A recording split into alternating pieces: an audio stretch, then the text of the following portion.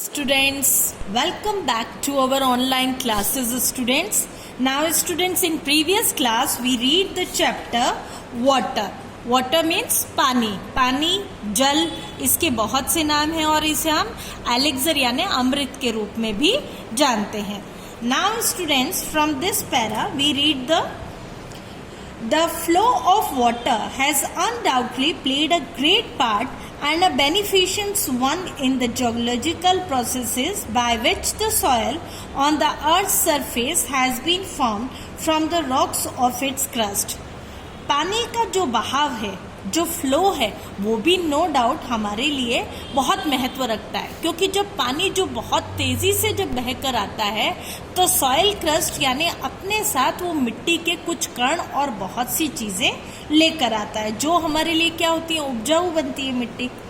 The same agencies, however, under appropriate conditions, can also play a destructive part and wash away the soils, which is the foundation of oil agriculture. आ गई बात.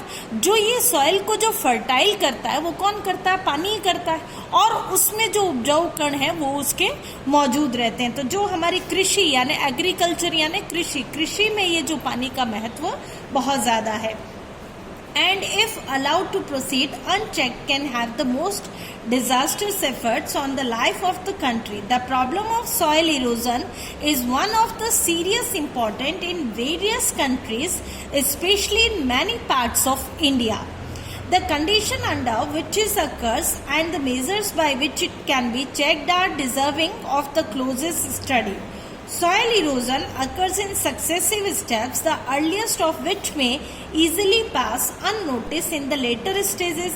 In cutting up and washing away of the earth is only too painfully apparent in the formation of deep gullies and ravines, which makes all agriculture impossible. Sudden burst of excessively heavy rain resulting in a large run of surplus water is the principal factor in causing soil erosion. Now, अब वो क्या है, पानी हमें बहुत से स्रोतों द्वारा मिलता है.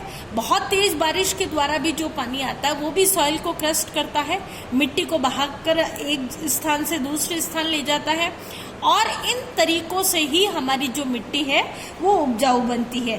Contributory causes are the slope of the land and removal of the protectivity coat of vegetation. Vegetations जो है खेती में जो हमारे सब्जियां फल वगैरह जो भी हम उपजाऊ करते हैं वो है.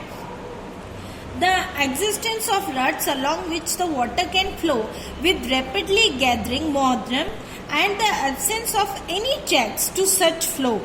Incredibly large quantities of precious soil can be washed away if such condition exists, as is unhappily too often the case, and the menace which soil erosion presents to the continuance of successful agriculture is an alarming one in many parts of India, calling urgently for attention and preventive action, the tracing of the land, the construction of bunds, and to check the flow of water, the practice of contour cultivation, and the planting of appropriate types of vegetation are amongst the measures that have been suggested.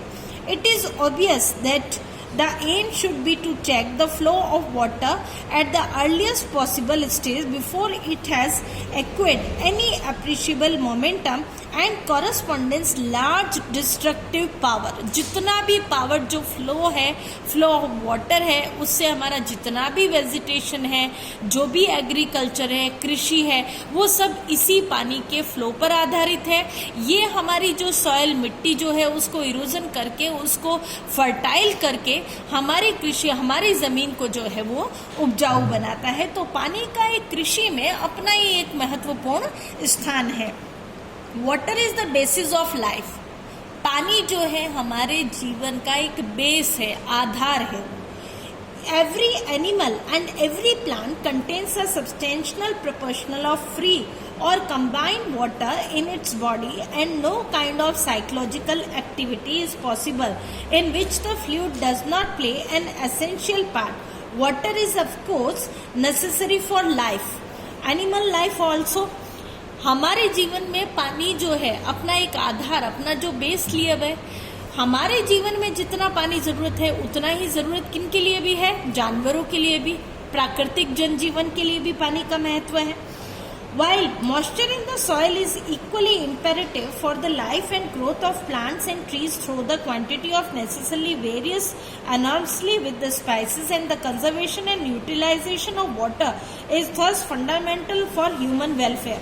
Apart from torrential water, the ultimate source is in all cases in rain, in snowfall, and much of Indian agriculture depends on seasonal rainfall and is therefore very sensitive to any failure or irregularity of the same. अब जो है भारतीय कृषि में पानी का अपना ही एक महत्व है. जब मानसून बरसात जो है, बरसात का जब सीजन होता है, समय होता है, उस समय की जो बरसात है वो हमारी खेती के लिए बहुत ही महत्वपूर्ण है. The problems of soil erosion and of inadequate or irregular rainfalls are closely connected and with each other. It is clear that the adoption of techniques and preventing soil erosion would also help to conserve and keep the water where it is wanted. In the other words, on and in the soil, and such techniques therefore serve a double purpose. It is evident, however, that in a country having only seasonal rainfall, an immense quantity of rainwater must necessarily run off the ground. The collection and the utilization of the water is therefore of vital importance. अब पानी जो इतना हमारा बरसाती मौसम में जब आता है तो उसको जो है हम सिक्योर कैसे करके रख सकते हैं, कलेक्शन कैसे करके रख सकते हैं, ये एक महत्वपूर्ण स्टेप है हमारे लिए. Much of its flow down into the streams and rivers and ultimately find its way to the sea.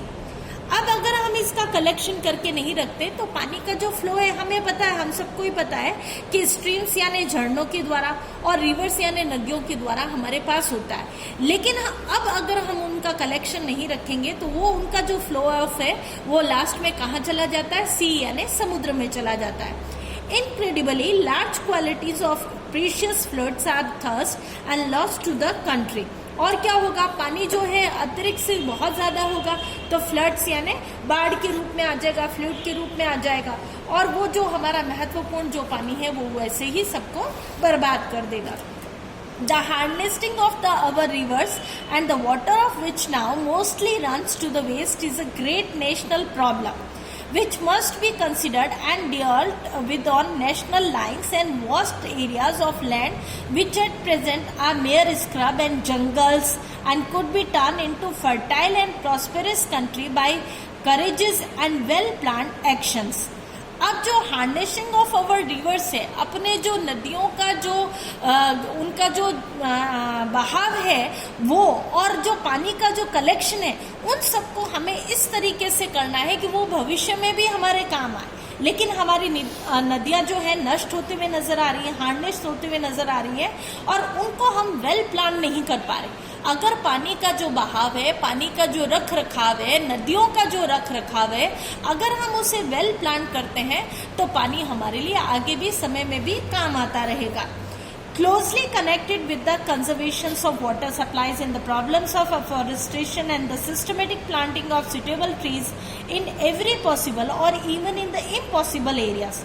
ऐसे areas जहाँ पर पानी है ही नहीं, पानी देखने के लिए नहीं मिलता, लेकिन अगर हम पानी का कलेक्शन सही प्रकार से करें तो वहाँ पर भी हम अपना पानी पहुँचा सकते हैं उन जगह पर भी. And the development of what one can call civilized forest as distinct from the wild and untapped jungles in one of the most urgent needs of India. Such plantations would directly and indirectly prove a source of untold wealth to the country. They would check soil erosion and conserve the rainfall of the country from flowing away to the waste, and would provide to necessary supplies of cheap fuel and thus renders unnecessary the wasteful consumption of forest manure into a form of fuel.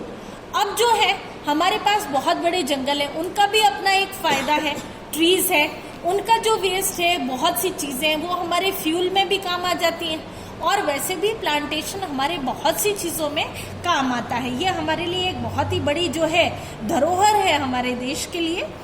The measures necessary to control the movement of water and conserve its supplies can also serve subsidiary purpose of value to the life of the countryside.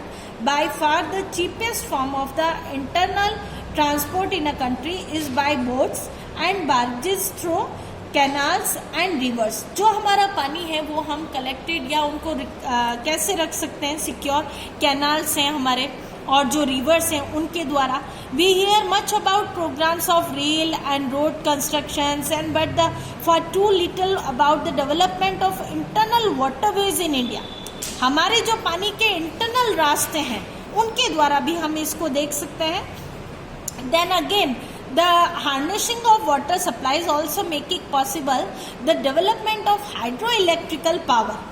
अब जो बिजली है, जो विद्युत उत्पादन है वो भी किसके द्वारा हो सकता है, पानी के द्वारा। The availability of electrical power would make a tremendous differences to the life of the countryside and enable the rural economy to be improved in various direction। जो रूरल जो गांव है हमारे, जो ग्रामीण जो है वहां पर भी हम लोग इस तरीके से हम सुधार कर सकते हैं, क्योंकि पानी के द्वारा बिजली उत्पादन और कृषि उत्पादन ये दोनों ही पानी पर ही निर्भर है। In particular, it would enable underground water to be tapped to the greater extent and than at present, and thus help to overcome the difficulties arising from irregularity or inadequacy of the source of supply। जो irregularities है, अनियमितता है पानी की, उसका भी हम सुधार कर सकते हैं अगर पानी को हम वेल प्लान करके सब जगह सप्लाई करें। In one sense water is the commonest of liquid. पानी जो है बिल्कुल सब में साधारण है, कॉमन है सभी तरल पदार्थों में। In another sense it is the most uncommon of liquid with amazing properties which are responsible for its unique power of maintaining animal and plant life.